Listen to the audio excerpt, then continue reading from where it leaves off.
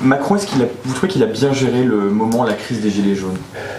Le gouvernement a fait une erreur en n'étant pas à la hauteur du en même temps macronien. Il fallait proposer les mesures pour la transition énergétique et en même temps les mesures d'accompagnement. Et le fait que ça a été fait trop tard, il a déclenché peut-être ce cabrement d'une partie de la société. Donc ça n'a pas été géré d'une manière optimale. Qu'est-ce qu'il doit faire pour rectifier le tir?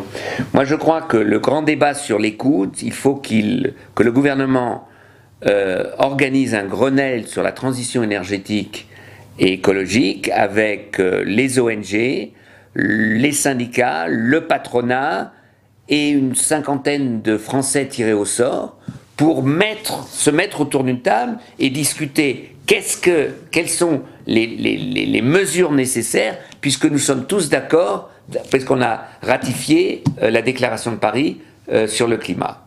Et je crois que comme cela, il créerait vraiment une situation d'échange et d'écoute dont la société a besoin pour bien expliquer la transition énergétique.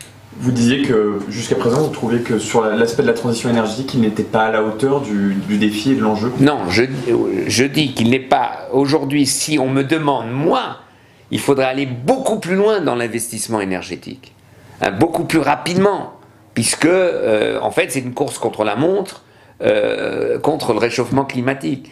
Mais en allant plus loin, il poserait encore plus de problèmes sur nos modes de vie. Hein, je veux dire, donc je suis à l'opposé de ce qu'essayent de freiner ceux qui ont manifesté, disons, samedi. Voilà, je dis, mais c'est difficile. Encore une fois, quand moi, Europe Écologique, quand on faisait la campagne de 2009, moi je disais, un parti traditionnel pour la transition écologique, il vous dit, votez pour nous et tout ira bien. Et moi je disais, si vous votez pour nous les écolos, tout sera beaucoup plus compliqué. Parce qu'on va demander beaucoup, parce qu'on doit demander beaucoup pour ce changement. Et alors maintenant, comment avoir un minimum disons, de protection sociale et de justice sociale dans cette transition, c'est le grand problème d'aujourd'hui.